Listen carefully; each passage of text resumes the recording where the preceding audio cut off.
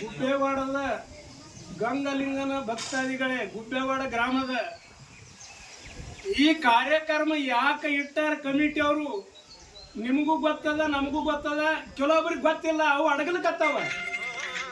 ಅದಕ್ಕೆ ಕುಸ್ತಿ ಗಡಿ ಎರಡು ಇದ್ದಂಗ, ಒಂದು ಬೀಳೋದು ಒಂದು ಹೇಳೋದು ನಡೆಯದೆ.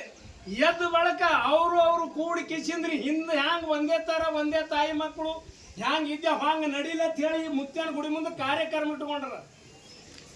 ಮತ್ತು ಈ ಹಿಂದಿನ ಮೆಂಬರ್ಗಳು, ಈಗ ಆದ ಮೆಂಬರ್ಗಳು, ಮತ್ತೆ ಚೇರ್ಮನ್ರು, ಉಪ ಚೇರ್ಮನ್ರು ಯಾಕೆ ಇಟ್ಕೊಂಡಾರ ಅಂದ್ರೆ ಗಂಗಪ್ಪ ಮುತ್ಯನ ಆಶೀರ್ವಾದ ಈ ಹೊಳೆದಂಡಿಗೆ,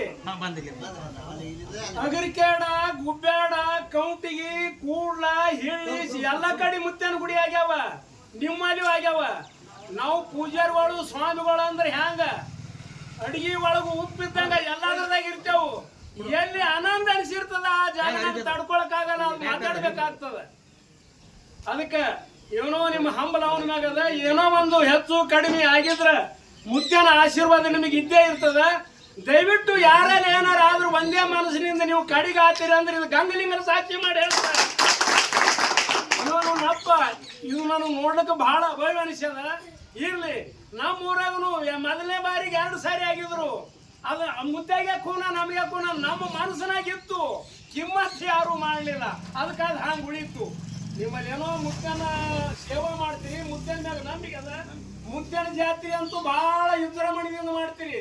ಆ ಭಗವಂತ ಹಿಂಗೆ ನಿಮಗೆ ಬಂಗಾರ ಗಂಗಳದಾಗೆ ಊಟ.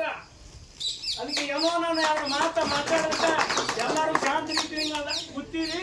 ಅದಕ್ಕೆ ದಯವಿಟ್ಟು ಮುತ್ಯನ ಮ್ಯಾಗ ನಂಬಿಕೆ ಎಲ್ಲರೂ ನನ್ನವ್ರಂತೂ ಹೋದ್ರೆ ಅಂದ್ರೆ ನಿಮಗೆ ಕೈ ಯಾರು ಹಿಡಿಯಲ್ಲ, ಅದು ಸರ್ಕೆ ಮುಟ್ತೀರಿ.